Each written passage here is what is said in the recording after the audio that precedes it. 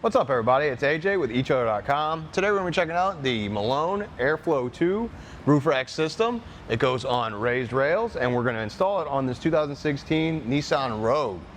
It's going to be an easy system to get and install or remove when you're not using it if you don't want to leave it on there all the time. It includes the tools you need to get it set up. Let's just go ahead and check it out. The Malone Airflow 2 is going to be a semi-custom fit for your Rogue. And what I mean by that is, since it just wraps around your raised rails, it's going to be semi-custom. So it's not going to be as custom as a roof rack you would install on a vehicle that didn't have raised rails, where it has the custom fit kits for your specific vehicle, or even this one has mounting holes on the inside that you get a custom kit to install that. Those are going to be a little bit more involved with the install. That's why this one's quicker and easier, but you're not going to sacrifice any of the functionality. It's still going to be great for cargo baskets or bike racks. It still has a weight capacity of 165 pounds. So, just keep that in mind when you want to load it up. Now, it might not look as good as some of the custom ones either, though. You'll see those might look sleeker because they are installed a little bit differently, or you might get a little bit of air noise just because there are some gaps in there. But otherwise, like I said, you're not going to sacrifice any functionality. These are going to work just fine. This kit includes 50-inch aluminum aero bars, so that's what we're going to be using on your roof to attach your accessories. It's got a nice rubber insert here to block wind noise, so when the wind hits it, it's not just the gap here making noise while you're driving on the road. That is actually something that happens with these roof racks, and also makes it easier to put those TTrack accessories in here and use those if you have some of those, but clamps will fit around just the same if you have those kind of accessories, so it really works with both styles. So we can use these end caps here to access our TTrack. You just push this part down. It's really easy, and you can see how it pushes down right there. So your TTrack accessory, the T, will go above that rubber piece and slide along here. I really like this way it's designed. Some other ones you have to push the rubber strip at the top and kind of push it into place every time, or you have to cut it to length for your accessories, which can be kind of a pain because you have a bunch of different accessories. It means you have a bunch of different pieces of the rubber that you've cut up and kind of have to put it there like a puzzle. This way, it just goes on top there. You don't have to cut anything to length, and it's out of the way.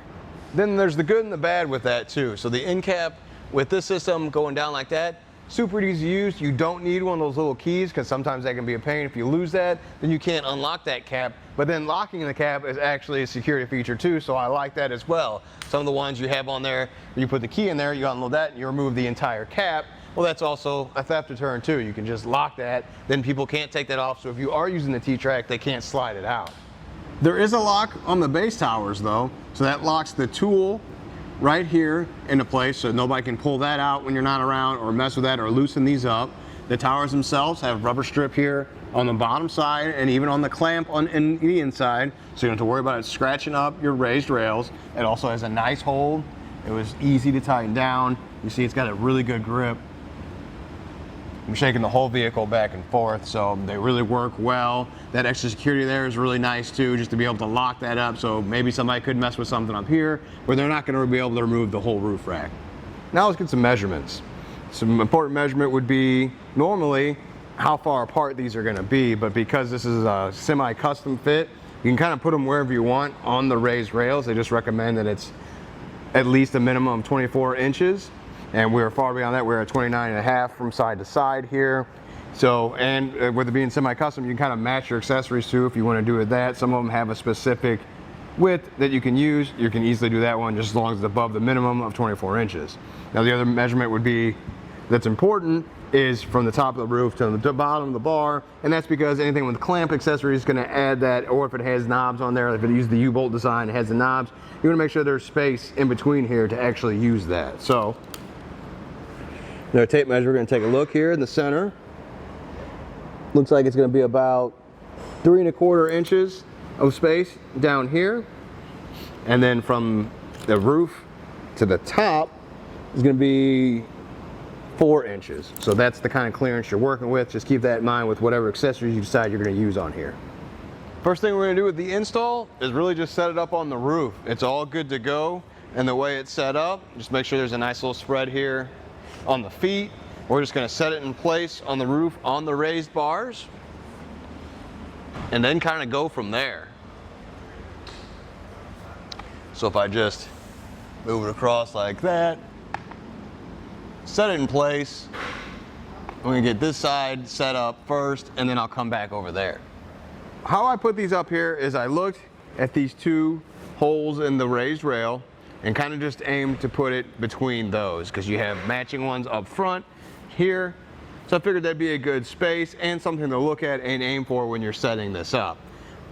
Now, looking at the way it is now, I would have to step back and look back and forth because we're going to adjust the side to side on the rail and adjust that overhang. It looks pretty close, so I think I'm just going to move it a little bit.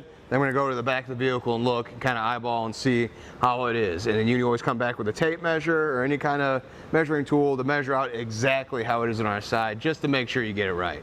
Now I got our tape measure. We're going to measure the overhang on both sides here of the bars, and we're going to do that for this one as well. We already did that when we went to install it, so everything we're doing on this side, we're going to make sure we want to do on that side too.